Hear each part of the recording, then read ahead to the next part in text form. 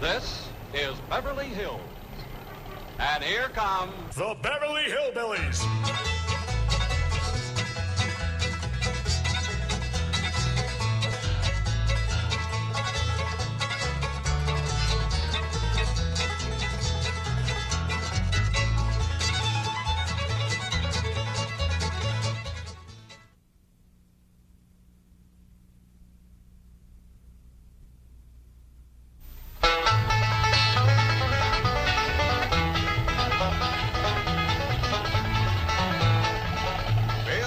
Let's find that house we bought.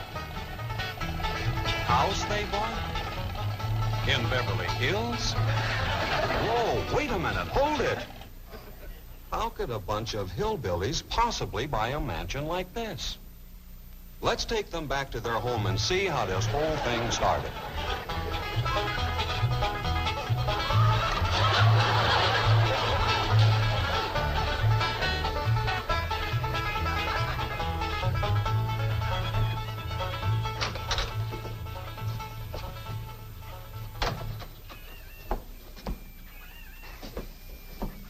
Jed, you gotta do something about that young'un of yourn. How'd that happen? Fighting with a bobcat. Get hurt? I reckon so. It went limping off on 3 legs. I swear I don't know what I'm gonna do about that girl. Well, the first thing to do is to get her into a dress. She's getting too big to be wearing man's duds. Looky here. She's done popped the buttons off of her shirt again. Well, Ellie Mae carries herself proud, with her shoulders throwed back. It ain't her shoulders that's popping these buttons. Fully growed up, rounded out, female woman. Time she started acting like one. Well, one of these days, some boy will come along and start courting her. They came courting when she was 12. What did she do? She whopped the tar out of them. Well, it ain't fitting. Girl running around as wild as a cougar, wrestling, fighting, and hunting. She ought to be doing woman's work. Helping me with the steel. Well, I'll speak to her. Oh, that reminds me. Better go down and stomp out the fire under that mess. Hold on now, Granny. You ain't gonna stomp out no fire like that, are you? Huh? Oh, of course not. Don't want to burn my shoes. Huh? Granny! Somebody open the door! Howdy, Pa. What you got there? Stranger? Where'd you get him? I beat him with a rock. Sure. He was skulking around down by the slough. Figured he might be a revenue. He ain't no revenue. Then can I keep him? Of course not. Well, I caught him. Don't matter. Well, he won't be no trouble. I could keep him out in the smokehouse. Ellie Mae, you can't keep people like they were dogs and cats. Ooh! Ooh! Ooh! Ow! Ooh, that's hard!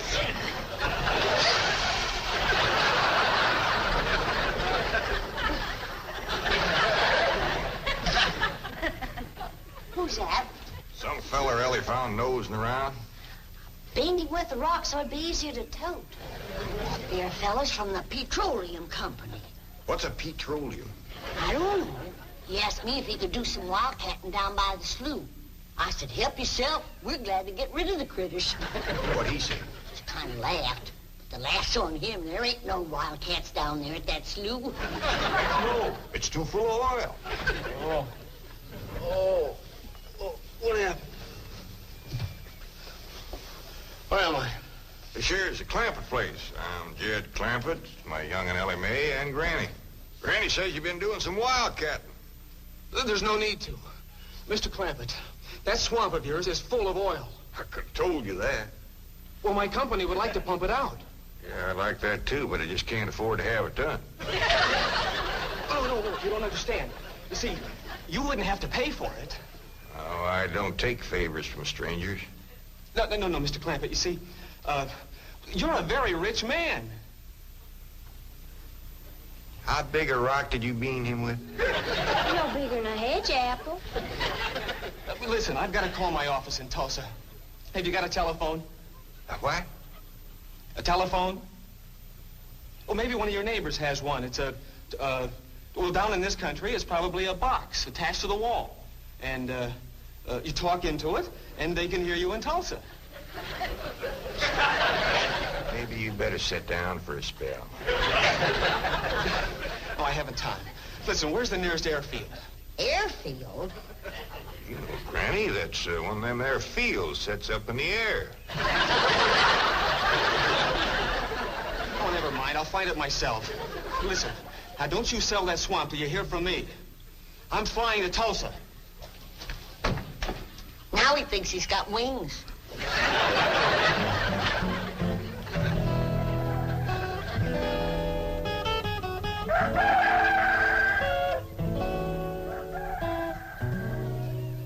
Morning, Granny. Watch them buttons, child. Granny! Them pigs of yours got into the corn. Did they drink much? I reckon they did. This here little fella was kicking blue blazes out of the mule. That's the trouble with razorbacks. They such a mean drunk.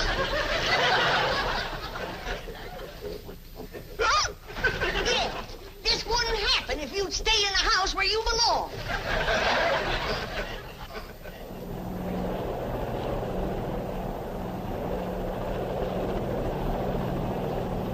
There it is, Mr. Brewster. On the tests and surveys, I'd say that's going to be one of the richest pools since East Texas. News like this is bound to get out. Let's go down and get Clampett's name on a deal. Where's the gun? Where's the gun? Oh, there. What's the matter? You want to see what just flew over Blueberry Ridge? What? The dad-blamedest biggest bird you ever laid eyes on. Probably just an overgrown chicken hawk. Chicken hawk, nothing. That thing could make off with the hog. Hurry up, put that gun together. No room to land near the cabin, Mr. Brewster. It's too rocky and hilly. Then let's get the sling ready to be lowered. Well, Mr. Brewster, that might be dangerous. Hang the danger. We're going to be the first oil company down there if it kills you. Yes, sir. Me? Don't worry. If it's safe, I'll follow you. Granny, I see it. There it is. Land of mercy, look at that. What you doing, Granny? That thing's only got one claw, but danged if it ain't grabbed up a man. Hurry, Pa, it's my stranger. Where is it? Just throw it in the house. I'll get it on t'other side.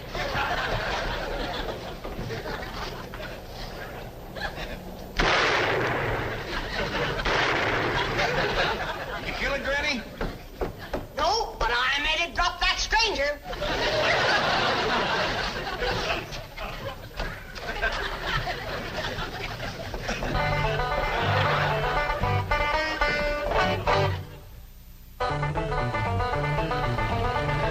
Jethro! Stop this thing! Stop it! Hold on, Granny! Granny! Yes, Jed? Granny, grab a hold of something and hang on. Cousin Pearl and that overgrown son of hers is headed right for the cabin in that old truck. Heaven protect us.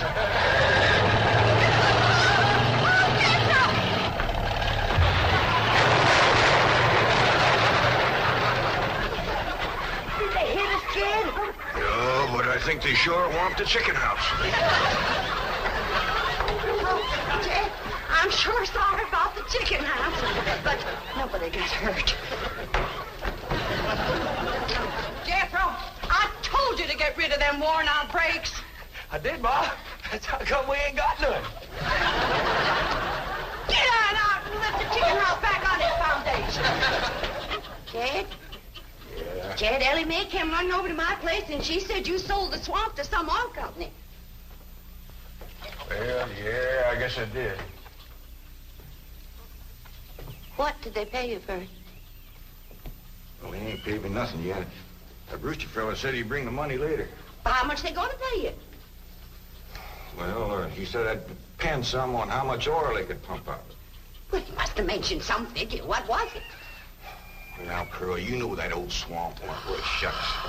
Jed Clampett, you got slicker and you're ashamed to admit it. That's just what I told you. Granny, how much they gonna pay him? All right, I'll tell you. He said it runs somewhere between 25 and 100. 25 and 100?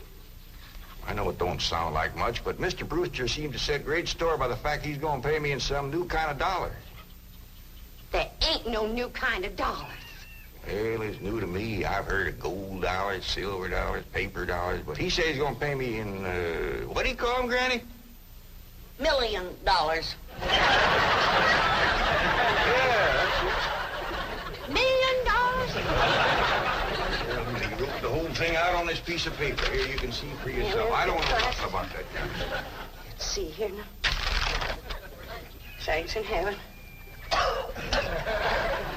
Granny, give me the jug. It's empty, but I'll fetch some. I'll go, Granny. Jed, you're a millionaire. A millionaire. Yeah, that's what that Brewster fella kept calling me. I didn't know just how to take it. He meant you're rich. Me? The richest man in these hills. Maybe in the whole state. Oh, Jed, you can have anything you want. Do anything you want. Go any place you want. Yeah, that's another thing he kept saying. He said he reckoned I'd be moving away from here soon. What do you think, Pearl? You think I ought to move? Jed, how can you even ask? Look around you. You're 8 miles from your nearest neighbor. You're overrun with skunks, possums, coyotes, bobcats. You use kerosene lamps for light. You cook on a wood stove, summer and winter. You're drinking homemade moonshine, washing with homemade lye soap. And your bathroom is 50 feet from the house, and you ask, should you move? Yeah, I reckon you're right. Man, be a dang fool to leave all this.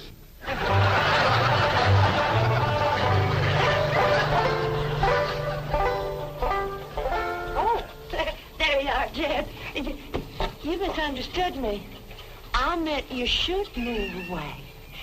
And you know where I'd go if I was you? Where? California. California? Yes, sir. Beverly Hills, California. Jed, remember the time that your pa took us to Eureka Springs to see the movie picture? Yeah. Well, the actors that make them movie pictures live in Beverly Hills. Go on. Yes, sir. Well, doggy. Ain't that be something? Living in the same neck of the woods with old Tom Mink. It sure would. And we could come visit you. You know what else they say about California? What? It don't get cold out there. What don't get cold out there? Nothing don't get cold out there. They don't have no snow or no ice. Can't they bring some in? They don't want it. That's why'd be so good for Granny. Remember last winter when she slipped on the ice and broke her hip? Yeah, poor old woman. She was limping for 2 days.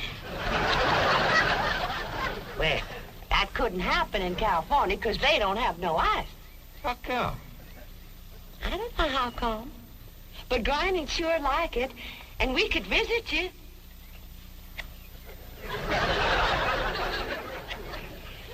You know what else they say about California? Maybe Jethro know how come there's no ice. He's going to school. We could ask him. Jethro! Yeah, Ma. Come on over here.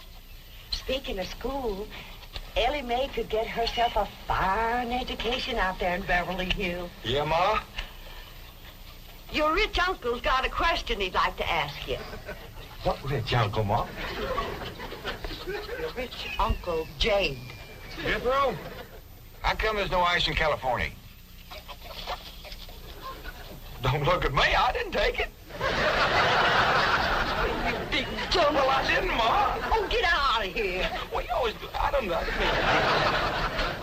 I was saying, Jed, folks claim California's got it all beat. Why, things grow twice as big out there. Jethro would be a whopper, wouldn't he? He could help you move. He's awful handy at lifting and toting, and he could drive you out in my truck. I tell you what, Pearl. I'm going to have to study on this. When that Brewster fella comes back, I'll ask him what he thinks.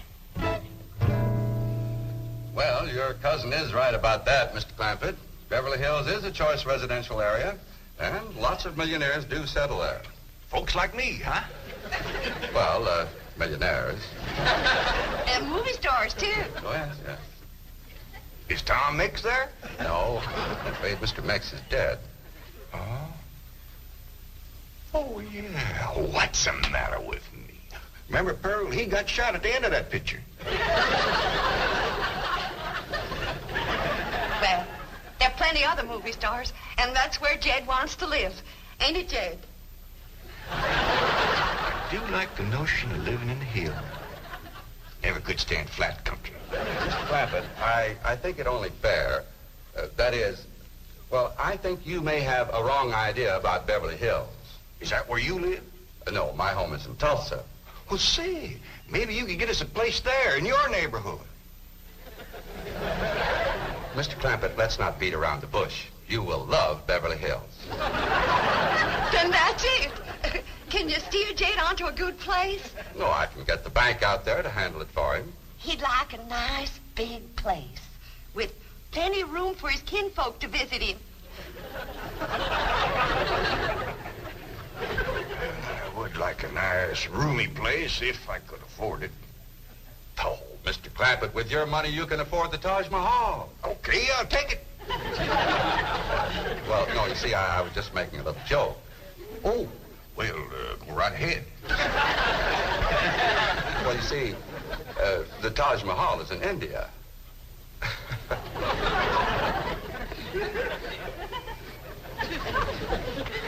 Mr. Brewster, you're a nice fella, but I've heard better jokes.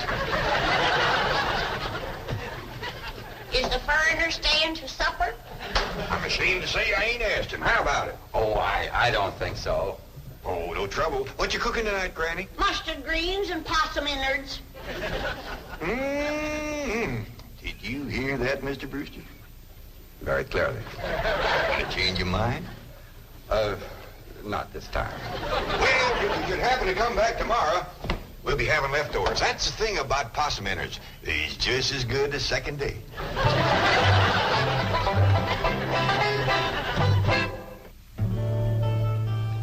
Ellie, if old Duke sits there with you, there ain't gonna be room for Granny. Oh, that's all right, Paul. Granny ain't gone. Who says she ain't? She says she ain't. That's right, Uncle Jed.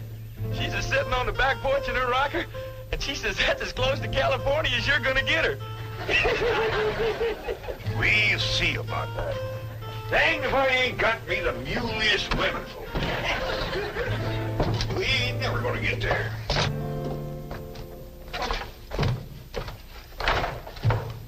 Now, what's all this nonsense about you ain't going to California? Ain't no nonsense to it. If the good Lord had wanted me in California, he'd have put me in California. Maybe he's just getting around to it. The book says he moves in mysterious ways. Well, if he moves me, I'll go. But you and Big Jethro ain't a budging me. Granny, this here Beverly Hills sounds like the kind of place you'd like. That Brewster fella says they got smogs out there. What's a smog? Well, me and Jethro figured out that's a small hog. And you heard what Pearl said. He ain't got no snow on, fella, has bought us a house in them Beverly Hills. He's in our $25 million to look out there. Well, you just chase on out after it. I'm staying right here. And I ain't afeared neither.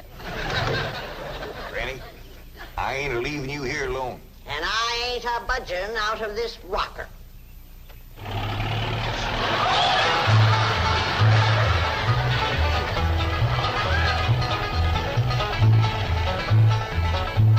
Jethro, what does that sign say? It says Beverly Hills. You share that, Granny? With Baer. They call them hills? Why, we got moles that can push up higher ridges than that. Well, leastways, these hills will be among our kind of folks.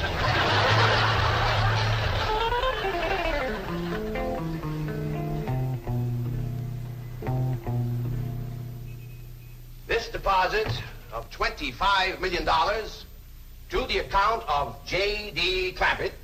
J.D.? As in Rockefeller. Elevates us to third position in capital assets and assures our bank of... Come in. Oh, I'm sorry to interrupt, Mr. Drysdale. All right, Taylor. Well, are we all set to give the Clampetts a red carpet reception? Well, I'm afraid Mrs. Drysdale still isn't too happy, sir. Yes, I know. Oh, my wife is very upset that I got the estate next to ours for the Clampetts.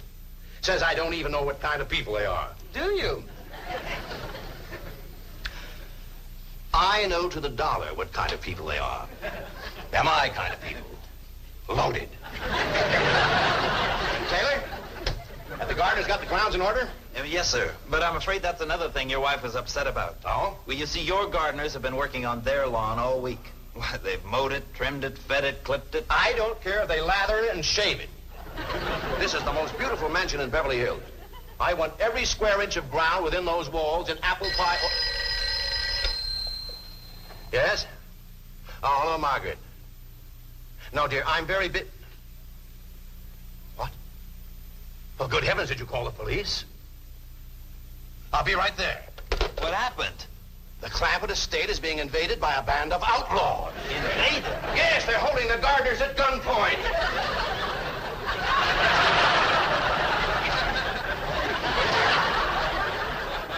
Sure is lucky we come along when we did. That's the truth. The way they were slipping through that gate, another 5 minutes and that whole darn prison would have been empty. Jethro, you sure that's a prison? Yeah, Uncle Jed. I seen pictures. Only thing is, how come there ain't no guards on them walls?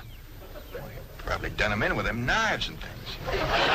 These killers if I ever did see any. Fine neighborhood we's moving into. You hear that? Hot diggity, there's bobcats in these hills. Them sirens! Somebody's calling the law. I reckon they's gonna be mighty grateful for what we done. Folks out here has got a strange way of showing they're grateful. You've locked up one of the richest men in the country. Mr. Clampett, I don't know how to apologize. I am deeply humiliated. What have you cutthroats done with J.D. Clampett? I'm Jed Clampett, and I'd appreciate it if you'd let go of my Sunday shirt. You're J.D. Clampett, the oil millionaire? Yep, this here's my nephew, Jethro. Howdy. Quickly, man, unlock this cell. Mr. Clampett, on behalf of the entire city of Beverly Hills, I extend our deep and humble apologies for this unfortunate and embarrassing incident. Oh, I'm Milburn Drysdale, president of the Commerce Bank of Beverly Hills. My car is waiting to take you and your family to your new home. We want you to know how happy we are to have you, your handsome nephew, your lovely daughter, and your beautiful mother. Wait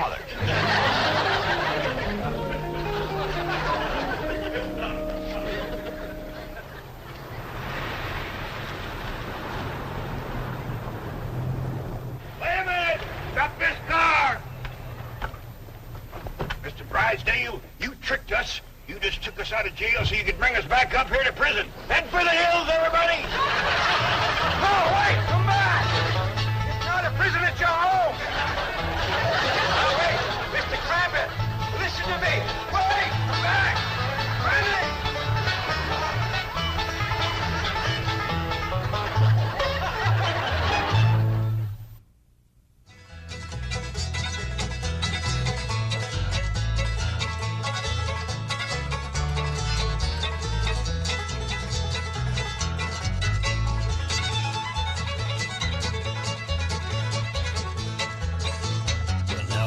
Say goodbye to Jed and all his kidding.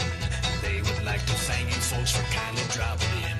You're all invited back next week to this locality to have a heaping helping of their hospitality. Hillbilly, that is. Set a spell. Take your shoes off. Y'all come back now.